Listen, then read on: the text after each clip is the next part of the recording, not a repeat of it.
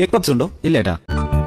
Egg puffs ഇപ്പൊ തീർന്നതേ ഉള്ളൂ. Egg puffs ഇപ്പൊ തീർന്നു എന്നല്ല, ഇപ്പൊ എടുത്ത് കളഞ്ഞു എന്നാണ് പറയേണ്ടത്. ഒരു പുതിയ ഐറ്റം വന്നിട്ടുണ്ട്.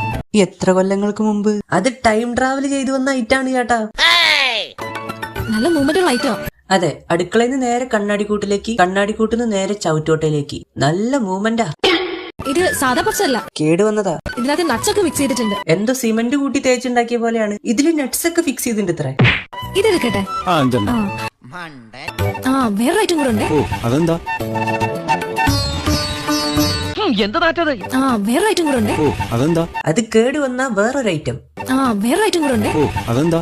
എന്റെ പൊന്നു ചേട്ടാ, എന്താന്ന് ഇങ്ങനെ ചോദിക്കല്ലേ. ഇതിനെന്ത് പേരിടണം എന്ന് അവരൊന്ന് ആലോചിക്കട്ടെ. ഇത് കോക്കനട്ട് റോൾ ആണ്. കുട്ടികൾക്ക് നന്നായി ഇഷ്ടപ്പെടും. കുട്ടികളാകുമ്പോ എന്ത് കിട്ടിയാലും വേഗം കഴിക്കുമല്ലോ, കുറ്റം പറയില്ല. വലിയവര് കഴിച്ചാലാണ് പ്രശ്നം. നല്ല സ്വീറ്റ് ആണ്. എടുക്കട്ടെ ഇതും കൂടെ. അതും അഞ്ചെണ്ണം. അതൊന്നും വേണ്ട. അല്ല, വേണ്ടിയിട്ടല്ല. നല്ല സ്വീറ്റ് ആണ്. എടുക്കട്ടെ ഇതും കൂടെ. അതും അഞ്ചെണ്ണം. ഈ വേണ്ടാത്ത കാര്യങ്ങൾ പറയല്ലേ.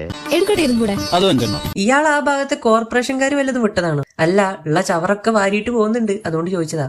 എടുക്കട്ടെ ഇതും കൂടെ. അതും അഞ്ചെണ്ണം. അടുക്കള ഭാഗത്ത് ചായ ആറ്റിയ ചണ്ടി കുറച്ചിരിക്കുന്നുണ്ട്, എടുക്കട്ടെ? അതും അഞ്ചെണ്ണം. ഇന്നിപ്പോ ഈ ബേക്കറി വരുന്ന ഒരു കസ്റ്റമറെ കൊണ്ട് ഏതെങ്കിലും ഒരു ഐറ്റം എടുപ്പിച്ചാൽ മതി. എനിക്ക് ഉറപ്പുണ്ട് പിന്നെ ആള് വരില്ല. ഇന്നിപ്പോ ഈ ബേക്കറി വരുന്ന ഒരു കസ്റ്റമറെ കൊണ്ട് ഏതെങ്കിലും ഒരു ഐറ്റം എടുപ്പിച്ചാൽ മതി. എനിക്ക് ഉറപ്പുണ്ട് അടുത്ത ദിവസം വരുമ്പോ ആള് 2 ഐറ്റം വാങ്ങും. ഒന്ന് എലിക്ക് തിന്നാൻ കൊടുത്ത് അതിനെ കൊല്ലാനും, ഒന്ന് പോണ വഴിക്ക് പട്ടീനെ എറിയാനും. ഇതിനെക്കുറിച്ചൊക്കെ അറിയാമെങ്കിലും ആരും അതിനൊന്നും മെനക്കെടാറില്ല. തല്ലുകൊള്ളാൻ വയ്യാത്തോണ്ടാ. ഈ രീതി പോവുകയാണെങ്കിൽ സൂരജേട്ടൻ പണം വരും. അക്കാര്യത്തിൽ എനിക്കൊരു സംശയമില്ല.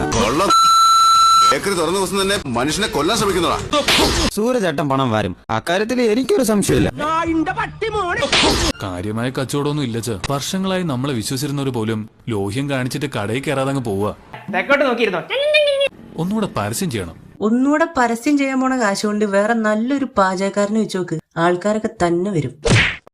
ഇന്ന് എന്റെ ഒരു വീഡിയോ കാണാൻ വരുന്ന ഒരു സബ്സ്ക്രൈബർ നാളെ എന്റെ 2 വീഡിയോ കാണാൻ വേണ്ടി വരും. അതുകൊണ്ട് ഈ കേടായ പലഹാരങ്ങൾ മേടിക്കാൻ വന്ന ചേട്ടനെ പോലെ ചുരുങ്ങിയത് എന്റെ ഒരു 5 വീഡിയോ എങ്കിലും കാണാൻ ശ്രമിക്കുക. മറക്കാമ സർപ്രൈസ് பண்ணுங்க.